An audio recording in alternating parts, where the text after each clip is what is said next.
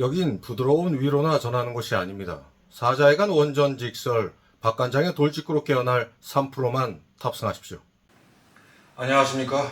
원전 직설 박간장입니다.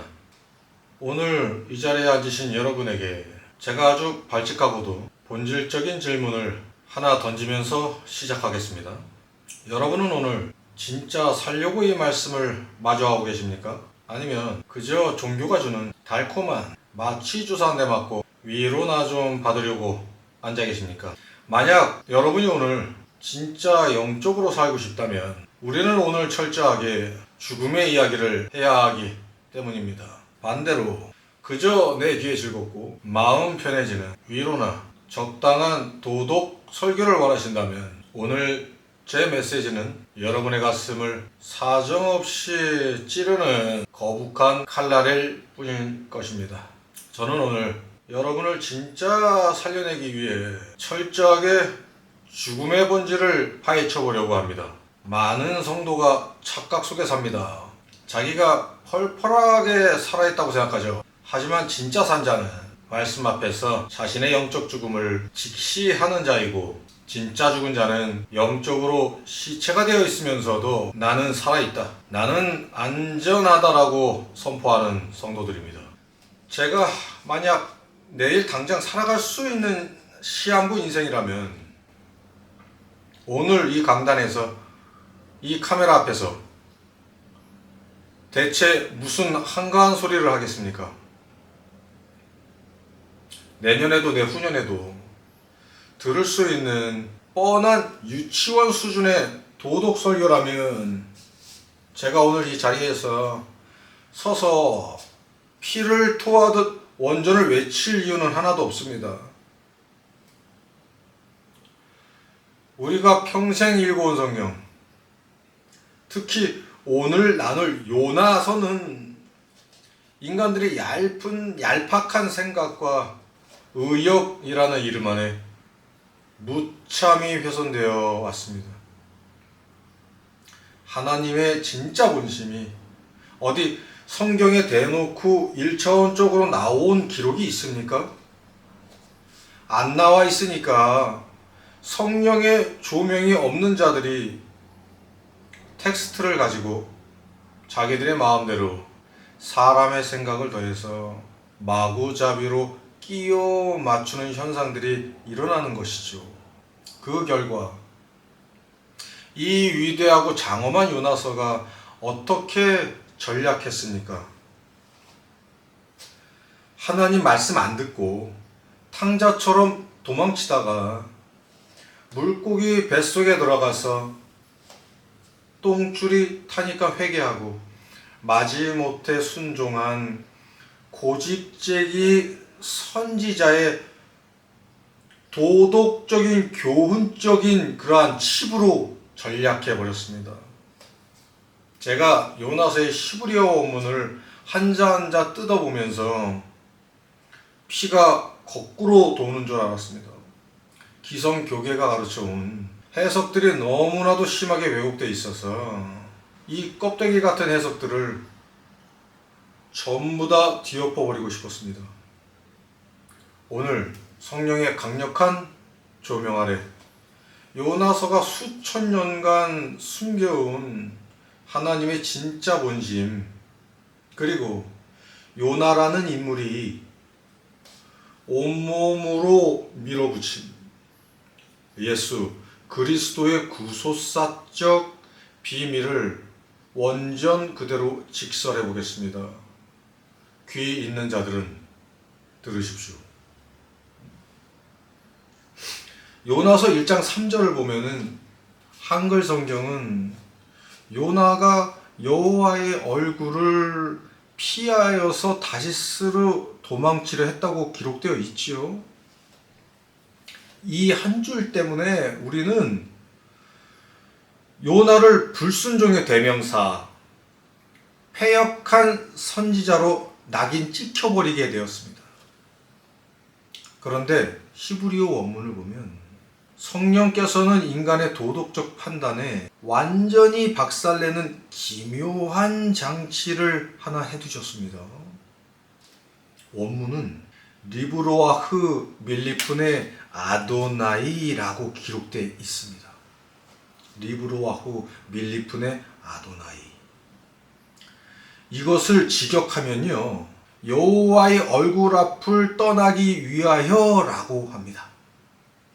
놀랍게도 이 원문에는 우리가 흔히 생각하는 공포나 두려움 때문에 벌벌 떨며 도망친다는 뜻의 뉘앙스는 전혀 한 개도 없습니다.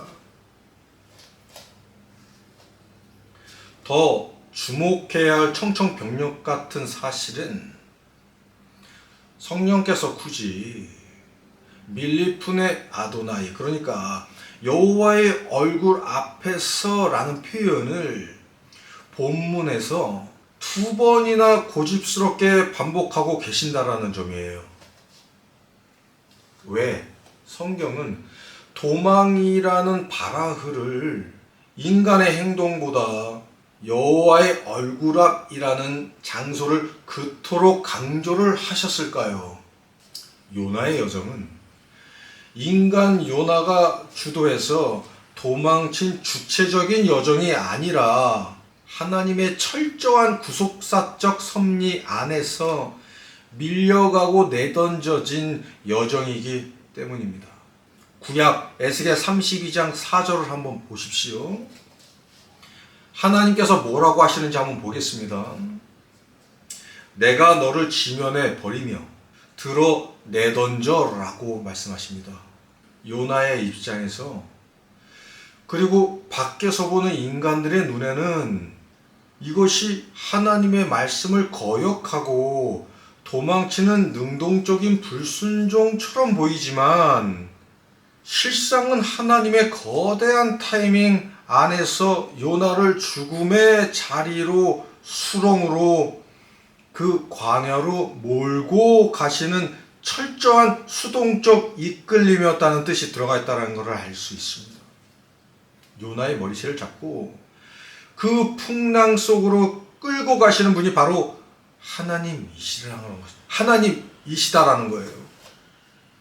요나가 1장 9절에서 이방 뱃사람들에게 둘러싸여 뭐라고 고백합니까? 나는 하나님 여호와를 경외하는 자로다 합니다. 여러분, 상식적으로 생각해 보세요. 이게 하나님을 피해 비겁하게 숨어버리면서 도망치는 사람의 입에서 나올 수 있는 그런 정직한 소리입니까? 아니면 그럼 요나가 사기치는 겁니까? 아니지요. 요나는 지금 자신이 어디에 서 있는지, 자기가 어떤 거대한 주권의 손바닥 안에 있는지, 올려져 있는지를 정확히 알고 있는 거예요. 그리고 바다의 풍랑이 일어서 배가 뒤집어지게 생겼을 때 요나가 이방인들을 향해 당당하게 외치죠. 나를 들어 바다에 던져라. 그는 하나님 살려주세요, 잘못했습니다라고 비굴하게 구걸하지 않습니다. 나를 죽이라는 거예요. 내가 반드시 죽어야만, 내가 이 깊은 심해 속으로 가라앉아야만 이 미쳐 날뛰는 바다가 잔잔해진다는 것을 벌써 알고 있는 거지요. 여러분, 이 장면에서 대체 누구의 그림자를 발견하셨습니까? 이 떡은 너희들을 위해 찢기는 내 살이요, 이 잔은 너희를 위해 뿌리는 나의 이 피니, 나를 먹고 마시라 하시고 스스로를 인류의 죄악이라는 거친 풍랑 속에 제물로 내던지신 예수 그리스도, 바로 그분의 대속의 죽음, 이 요나의 나를 던지라라는 그 고백 속에 소름 돋도록 겹쳐있는 것을 볼 수 있죠. 성령께서는 요나가 요빠 항구에 내려가 다시스로 가는 배를 만났을 때 아주 기묘하고 독특한 구절을 슬그머니 남겨두셨습니다. 요나서 1장 3절에 기록된 바이텐 셰카라흐, 바이텐 셰카라흐. 즉 그가 그 삭슬 주었다는 문장이에요. 제가 앞서 말씀드렸죠. 성경에 우연히 적힌 글자는 단 한 글자도 없다. 성령님이 굳이 요나가 뱃삭을 지불했다는 아주 사소해 보이는 사실을 왜 여기에 박아두셨을까요? 세상 설교자들은 거봐라, 도망치려다가 마침 다시스로 가는 배도 있고 돈도 딱 맞아 떨어지더라는 그러한 사탄의 예비하심이다라는 유치한 소리를 해대고 있습니다. 아주 기가 찹니다. 여기에 구속사의 엄청난 비밀이 배상과 대가의 법칙이라는 것이 들어있어요. 인류의 구원, 즉 이방 니느웨를 살리고 배에 탄 이방인들을 살리는 그 거대한 역사에는 반드시 죄에 대한 값이 치러져야 한다는 거예요. 가룟 유다는 예수를 대제사장들에게 넘기면서 은 30이라는 값을 받았습니다. 그렇죠? 반대로 요나는 배에 타면서 자신이 먼저 배의 삭을 지불해요. 이 배삭은 단순한 차비가 아니라는 거죠. 풍랑 속에서 두려웠던 이방 뱃사람들의 죄와 저주, 그 모든 영적 역학관계를 자신의 온몸에 싸매어서 전가시키고 그들의 목숨값을 대신 치르는 종의 배상 가격이었던 것입니다. 요나는 지금 자신의 목숨값을 지불하고 배에 오른 거예요. 이것은 신약 마태복음 5장 26절에 그 말씀과 완벽하게 톱니바퀴처럼 맞물리는 것을 볼 수 있어요. 내가 홀이라도 남김없이 다 갚기 전에는 결코 거기서 나올 수 없다라는 기록입니다. 여기서 홀이라도에 해당하는 헬라어가 바로 에스카토스 코드란테스라는 가장 작은 동전 한 입입니다. 액수의 문제를 말하는 게 아니에요. 조금도 남김없이 완전한 청산, 철저하고도 완벽한 대가의 지불을 뜻하는 거예요. 요나가 삭슬 치르고 바다에 내던져진 이 사건은 인류가 하나님 앞에 진 죄의 빛을 단 한 입도, 단 하나의 코드란테스도 남김없이 완전하게 청산하기 위해서 십자가에서 자기의 목숨을 온전히 지불하신 예수 그리스도의 생애를 그대로 예표하는 장면입니다. 요나는 지금 이방인들의 배 30, 그들의 죄의 대가를 묶어서 바다에 던져버리는 대상의 제물로 서 있는 거죠. 이제 요나서의 가장 뼈아픈 클라이막스인 4장으로 넘어가 볼게요. 많은 설교자가 설교단에 서서 요나를 두고 조롱하지요. 니느웨가 구원받은 것을 보고 이 속 좁은 선지자가 멸망 안 했다고 삐졌다. 성내고 화를 냈다라고. 이렇게 율법주의적인 정죄를 쏟아내고 있습니다. 과연 그럴까요? 원전을 직설해 드리겠습니다. 히브리어 원문에서는 요나가 니느웨가 미워서 화가 났다라고 결코 직접 말하지 않습니다. 단지 그것이 요나에게 큰 악으로 여겨졌다라고만 기록되어 있어요. 성령께서는 분노의 대상을 단순하게 인간의 미움으로 확정짓지 않으십니다. 이 점이 아주 중요한 대목이에요. 요나는 왜 그렇게 그토록 온몸이 부들부들 떨릴 정도로 성을 내며 차라리 지금 내 생명을 거두어 가소서라고 부르짖었을까요? 그 거대한 비밀이 열쇠가 바로 박넝쿨 사건에 담겨져 있어요. 요나는 그 박넝쿨을 심히 기뻐했습니다. 그런데 성경은 이 박넝쿨을 히브리어 원문으로 아주 기가 막힌 단어로 나타냅니다. 벤 라일라. 직역하면은요, 하룻밤의 아들입니다. 성경은 굳이 하룻밤에 생겨났다고 동사로 쓰지 않고 명사형으로 하룻밤의 아들이 되었다가 하룻밤의 아들로 사라졌다고 기록합니다. 아들이라는 단어를 의도적으로 찌르고 들어오는 거예요.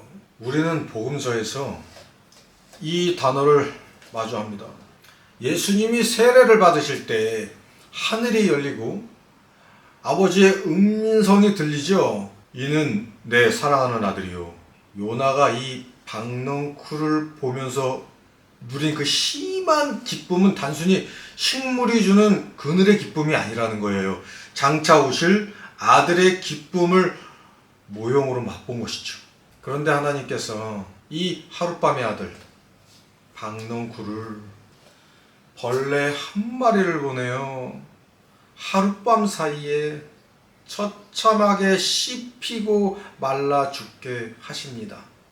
그때 요나가 뜨거운 동풍을 맞으며 사는 것보다 죽는 것이 낫다고 분노하지요.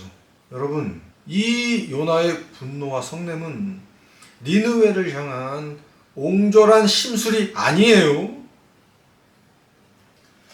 이것은 하나님 아버지가 그 사랑하신 독생자 예수 그리스도를 십자가라는 참혹한 죽음에 벌레처럼 씹히도록 내어 주셔야만 한다는 그 구속사의 처절한 아픔을 온몸으로 통과하며 터트린 대언자적 애통의 장면이라는 겁니다.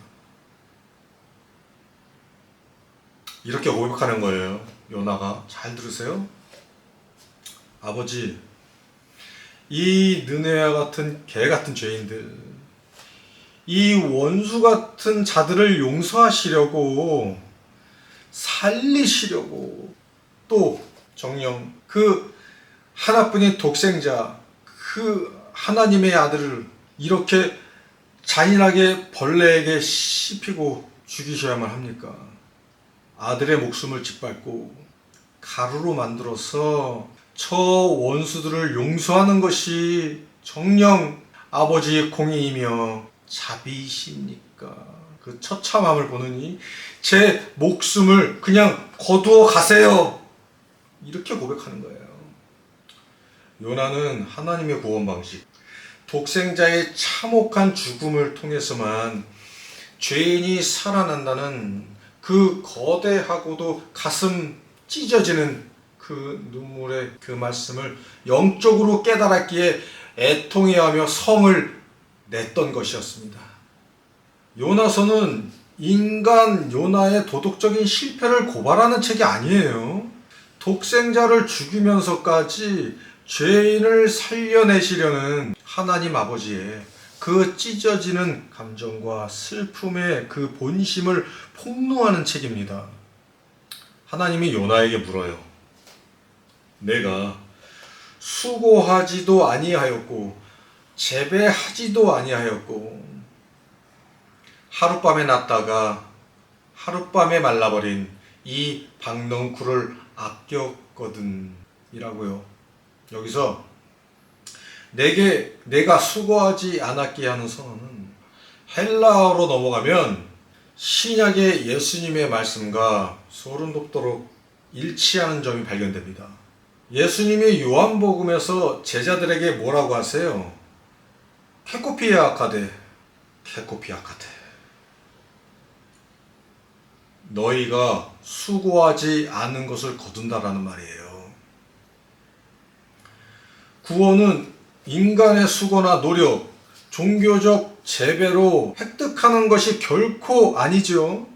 생명의 주권은 온전히 여호와 하나님께 있으며 우리는 그분이 보내신 하룻밤의 아들인 처참한 죽음이라는 그 거대한 수고 위에서 아무 공로 없이 거저 생명을 누리는 은혜 입은 자들일 뿐입니다. 우리가 성경을 볼 때 얼마나 인간의 고정관념에 갇혀서 있는지 한자와 한자만 봐도 알 수 있어요. 우리가 흔히 영혼이라고 뭉구뜨려서 말하지만 영혼의 한자어에서 영자는 성경이 말하는 하나님의 영과 혼을 제대로 해석해내지 못하고 있습니다. 영은 구름과 신의 결합으로 눈에 보이지 않는 형태로 하늘의 뜻이라는 그런 한자적인 한계에 갇혀져 있어요. 그러나 성경이 말하는 진짜 영의 차원은 무엇입니까? 야곱의 두 개의 입, 두 개의 가장자리라는 의미 차원, 말씀의 뜻을 넘어 양날 선거, 그러니까 예수 그리스도의 말씀을 통해서 더 높은 차원을 깨달아야만 들어설 수 있는 곳이 바로 영의 세계다라고 가르치시는 것입니다. 인간들은 율법적이고 도덕적인 수준에서 말씀을 다 난도질 해놨어요. 요나를 보면서 너는 왜 니느웨를 미워하느냐라고 묻지 않으시는 그 하나님의 깊은 속내를 보지 못하는 거예요. 아버지는 요나에게 미움의 죄를 정죄하시는 것이 아니라 박넝쿨을 보여주시면서 마지막에는 오직 긍휼만을 말씀하시는 겁니다. 요나의 여정은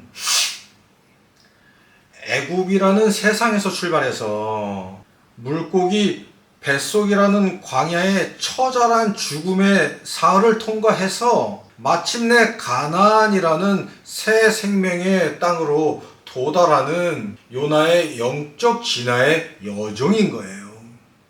이 장엄한 구속사의 드라마를 성령의 조명도 없이 그저 신학교에서 배운 지식적 돼지 같은 차원으로 성경을 바라보니 문자적으로만 꾸겨 넣어서 끼워 맞추기에 급급한 거예요. 하나님의 본심은 싹 다 가려버리는 거죠. 사랑하는 성도 여러분, 그리고 원전직설을 시청하는 동역자 여러분, 세상은 이 깊은 원전의 세상을 끝내 밝혀내지 못한 채 요나를 그저 낯을 피하여 도망간 한 치부의 인간으로 치부했고, 요나서를 회개하고 목사 말에 순종 잘하자는 식의 교훈적인 교리 이야기로 실족시켜버렸어요. 오늘날 교회도 똑같습니다. 공동체라는 그럴싸한 용어를 내세우고 세상의 다수결 원리와 민주주의 원칙을 들고 와서 교회도 사랑을 가르친다, 인간이 최고다라며 인본주의 원리로 굴러가고 있습니다. 하나님의 생각은 인간의 그 얄팍하고 계산적인 생각과 정반대입니다. 하나님은 언제나 인간들이 종교적 제사로 생각하는 사고를 다 비껴가면서 우리의 뒤통수를 치시는 분이십니다. 인간의 도덕적 계산 위로 하나의 거대한 그 말씀을 재단하지 마세요. 우리가 넘을 수 없는 강을 넘고 우리가 건널 수 없는 바다를 건넌 것은 우리의 기도가 유창해서가 아니에요. 또한 우리의 행위가 남들보다 거룩해서도 아닙니다. 우리는 본질적으로 무엇을 기도해야 할지, 어떻게 행해야 할지도 모르는 비천한 존재일 뿐입니다. 내가 기도했으니 들어주신 것이 아니고 내가 행했으니 보상해 주신 것도 결코 아닙니다. 오직 당신의 독생자 그 하룻밤의 아들을 아끼지 않고 벌레에게 온통 씹히도록 십자가에 내어주신 아버지의 그 찢어지는 긍휼함, 그 홀이라도 남김없이 우리의 죄의 배상싹을 완전하게 지불해 주신 예수 그리스도의 공로가 있었기에 오늘 우리가 이 자리에 숨을 쉬고 서 있을 수 있는 것입니다. 이제 그 껍데기 같고 유치한 인간 중심의 종교국을 과감히 찢어 버리십시오. 그리고 우리를 살리기 위해 아들을 죽이신 아버지의 그 진짜 그 본심, 그 거룩하고 웅장한 바다 앞에 압도되는 복된 날이 되시기를 주님의 이름으로 선포합니다.